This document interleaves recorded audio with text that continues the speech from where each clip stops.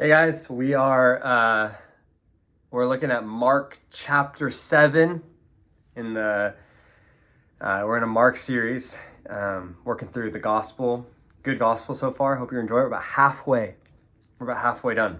Before we get into it, I want to just call out two things. The first one, and the most important, is we want to just remember the life of Jeff Orwig. For those of you who don't know, Jeff Orwig passed away when I'm filming this a couple of days ago.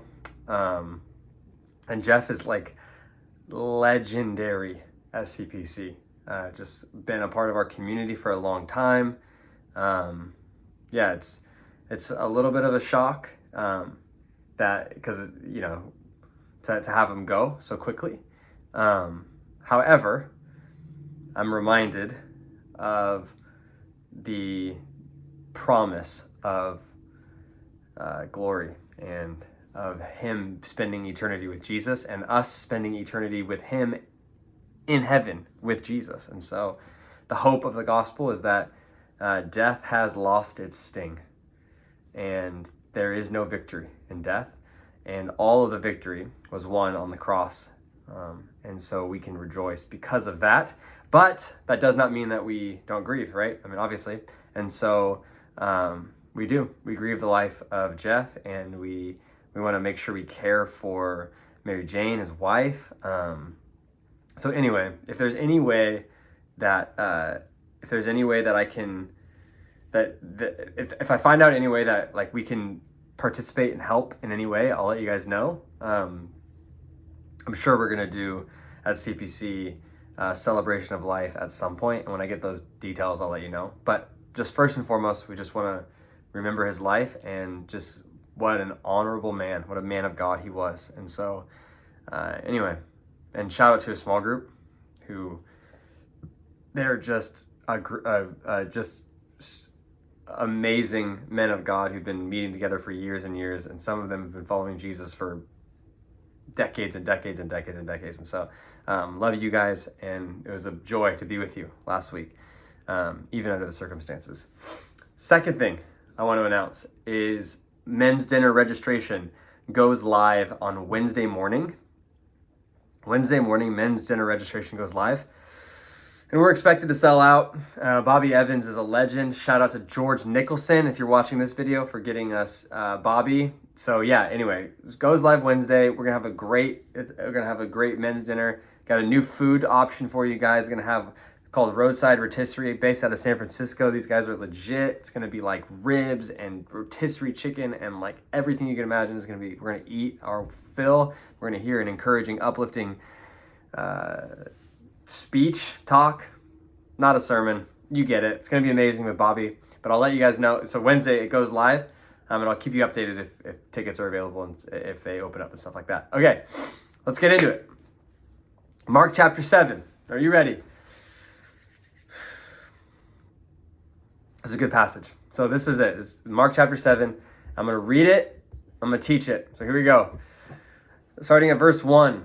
The Pharisees and some of the teachers of the law who had come from Jerusalem gathered around Jesus and saw some of his disciples eating food with hands that were defiled.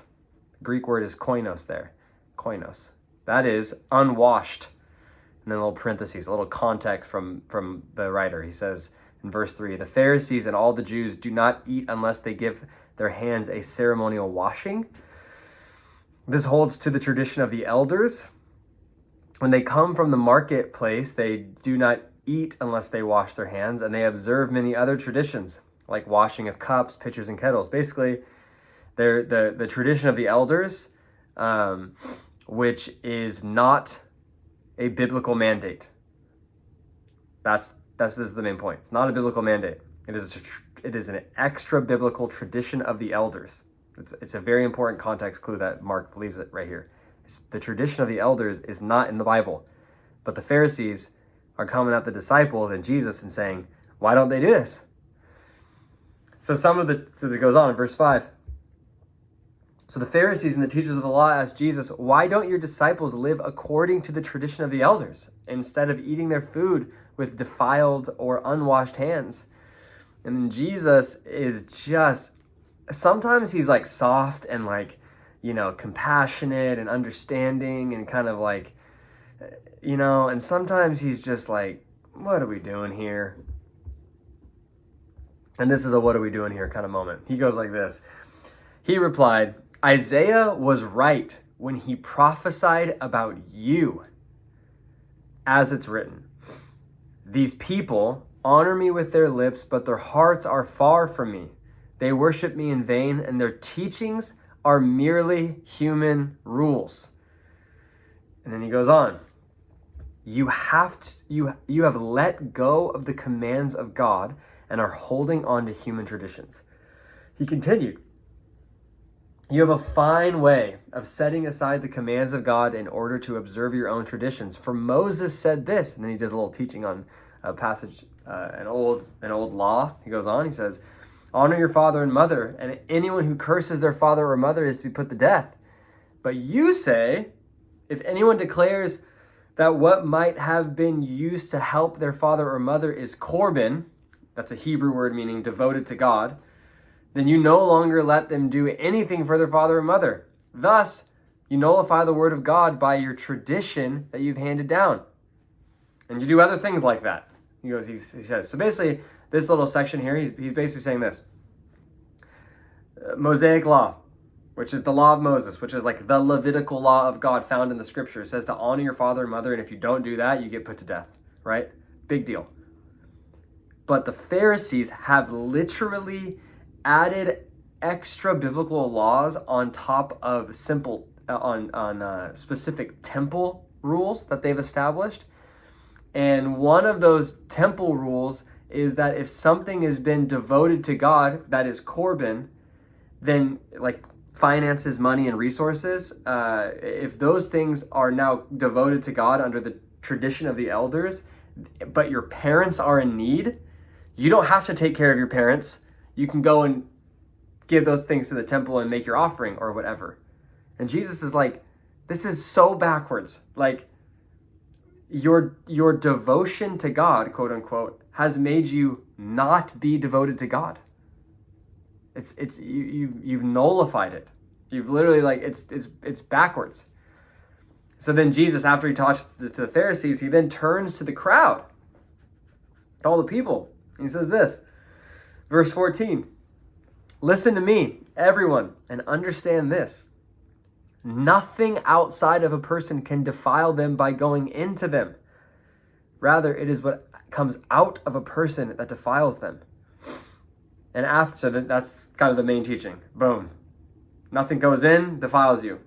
Only stuff that comes out. And obviously, he's not saying like you're never going to get sick if you don't wash your hands, and because that's not true. And honestly, one cool piece of history is the Jewish population during the time of the bubonic plague was so the deaths were the smallest amount of any population of people, and that was because the Jews were so obsessed with washing their hands and being clean. Like literally, if you went to Israel today, anytime you go to like the temple or near the temple, there's full hand washing stations, like not just the bathroom, but like outside, like clean water, washing the hands before, like it's everywhere, like very clean culture.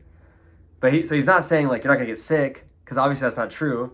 He's saying something different. He's saying like, what he's literally saying is, you think food and not washing your hands and not doing your dishes or whatever, it defiles your heart. That's what he says. You think that not washing your hand defiles your heart. That's not true. Because that's the whole reason why they would clean their hands and stuff, was because they believed, and this is partially true, that the body and the spirit are connected in very many ways. And so if you don't wash your body, then your soul is not clean, right? And so but what Jesus is saying is like, that's not even how it works. He's like, what are you guys talking about? No, wrong. What comes out of you is what defiles you. And then afterward, so this is verse 17, he leaves, and then the disciples, which in Matthew's gospel, it's Peter comes up to him and says, what does that even mean? What does that even mean, what you just said? And then in verse 18, Jesus says this, are you so dull? He's so intense, man. Are you dumb? He asked. Don't you see that nothing that enters a person from the outside can defile them? For food doesn't go into your heart, but it goes into your stomach, and then it gets expelled from the body. And then a little parentheses, I love this little parentheses. In saying this, Jesus declared all foods clean. It's like, for us today, we look at that and we're like, oh, that's nice. But like, for the Jewish people who've been following a very rigorous dietary restrictions for thousands of years, and Jesus just casually just goes, it's fine, right? Anyway, he went on. He says this, what comes out of a person is what defiles them. For it is from within the person that evil thoughts come, sexual immorality, theft, murder, adultery, greed, malice, deceit, lewdness, envy, slander, arrogance, and folly. All of these things come from the inside and defile a person. So, main teaching, the main kind of core of what Jesus is saying here is, it's so gospel, like I can't even describe it. He's literally just saying this, like, every single one of us wants to earn it. We want to be clean by our actions. We want to be clean by what we do. We want to be made clean by the processes that we put in place, right? In this culture, in this cultural context, for the Jewish people, it's washing their hands and washing their dishes and whatever, right? Like that's a religious practice for them, is washing their hands and they're cleaning their food and stuff. But for us, it's different, right? Like we do a very similar type of thing, right? Like the way we clean, the way that we try to become clean spiritually is by doing outside and like extracurricular activities, religious activities, I would say, right? I go to church every single Sunday morning. That makes me clean. Right? I give generously. That makes me clean. Whatever. I read my Bible 15 minutes a day. It makes me clean. I put, the coveted eyes on my phone. That makes me clean. You name it. List it. Like, you guys know it. I know it too. Like, we know how we have this tendency to try to like earn our cleanliness in the sight of God. But what happens is what this is what happened to the Pharisees and what Jesus is calling out is when we do these types of things, when we try to make ourselves clean, we end up, and it's all for good reason, right? Like we want to be clean. Like the Pharisees, they wanted to be clean because they wanted to have devotion to God. But when we become obsessed with the extracurricular religious activity, that's when we lose focus of the main thing, right? We make the main thing the actions and not what was already done for us, which is the cross and Jesus and grace and salvation, all those things. And so what Jesus is saying is we can't be doing that.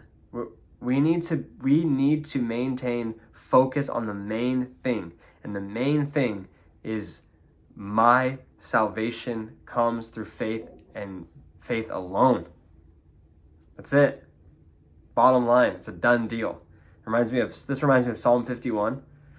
I don't have it pulled up, so I'm not going to read it properly, but I'm not going to quote it properly, but basically it says this: you do not desire sacrifices. What God desires is a broken and contrite heart. That's what he desires.